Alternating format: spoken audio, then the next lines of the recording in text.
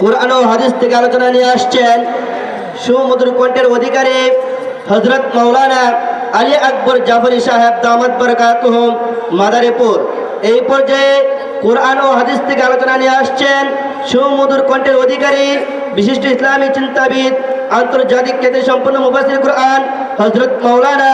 আলী আকবর জাফরি সাহেব দামাত বরকাতুহুম মাদারীপুর। হুজুরে মূল্যবান তাকরীর পেশ করার জন্য সবিনয় অনুরোধ জ্ঞাপন করছি। আসসালামু আলাইকুম ওয়া রাহমাতুল্লাহি ওয়া বারাকাতুহু।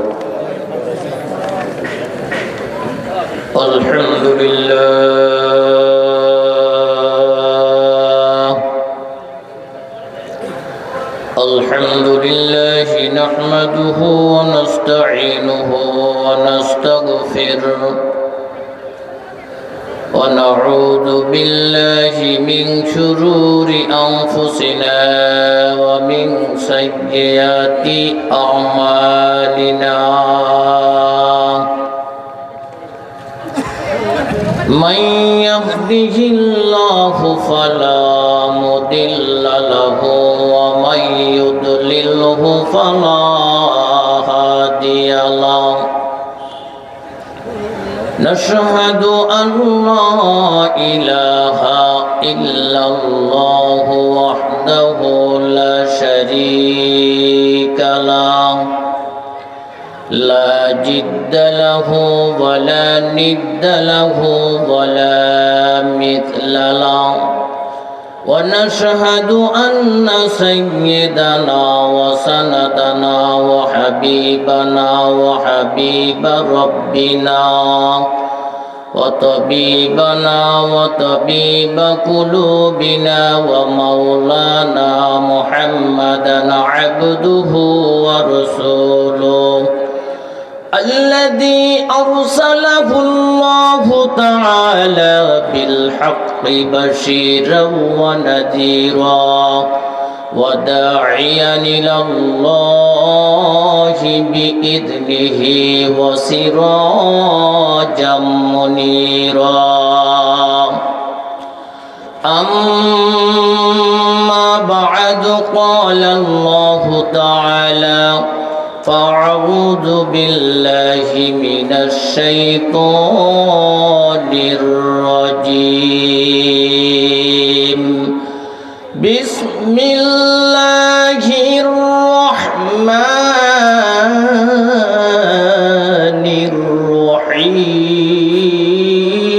الرحيم وقضى ربك ألا تعبدوا إلا إياه وبالوالدين إحسانا إما يبلغن عندك الكبر أحدهما أو كلاهما فلا تكن لهما أف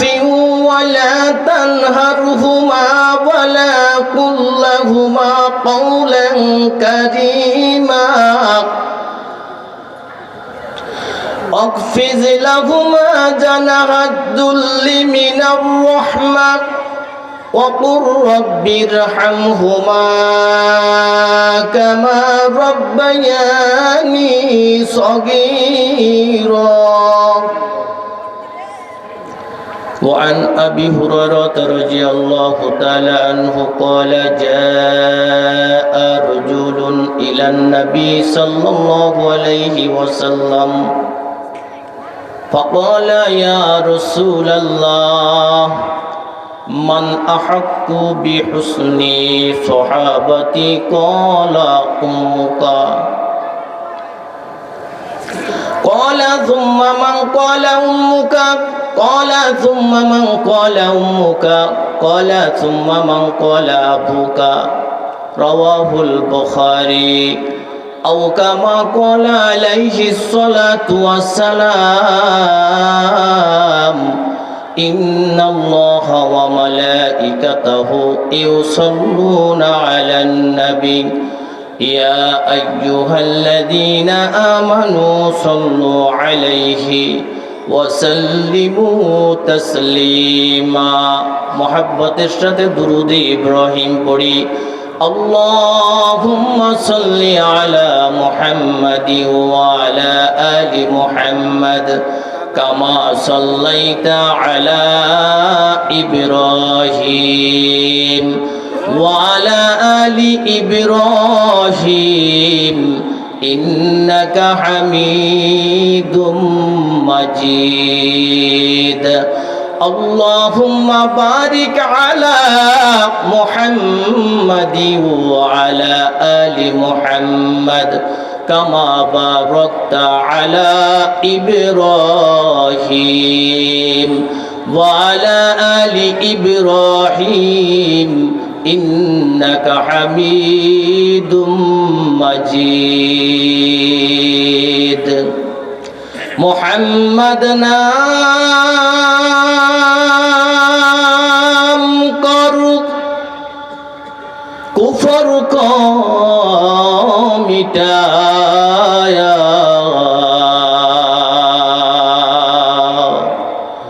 कुफर को मिटा कर सदाकत बताया बलगल उला بكماله كشف الدجى بجماله حسنت جميع خصاله صلوا عليه وآله لا إله إلا الله সম্মানিত ভাইরা একটু আগে বসি এই যে ফাঁকা জায়গাটা বন্ধ করে দেই একটু আগে আগে বসি ওই পিছনের জায়গা নাই সংকুলন হয় না সামনে আগে বসি একটু আগে আগে বসি ফাঁকা জায়গাটা বন্ধ করে লা ইলাহা ইল্লাল্লাহ লা ইলাহা ইল্লাল্লাহ লা ইলাহা ইল্লাল্লাহ মুহাম্মাদুর রাসূলুল্লাহ আলহামদুলিল্লাহ লক্ষ্মীপুর বাইতুল আমান জামে মসজিদ ও যুব সমাজের উদ্যোগে কবরবাসীর মাগফিরাত কামনায় তৃতীয় বার্ষিক ওয়াজ মাহফিল আজ 16ই ডিসেম্বর বাদ আসর থেকেই প্রোগ্রাম শুরু হয়েছে। এই পর্যন্ত দামি দামি উলামায়ে কেরাম অনেক সুন্দর আলোচনা রেখেছেন কোরআন ও হাদিস থেকে। হয়তো এলেমের যোগ্যতা আমার নাই, কথা বলতে ত্রুটি হতেই পারে, জোরে বলেন ঠিক কিনা। কোরআন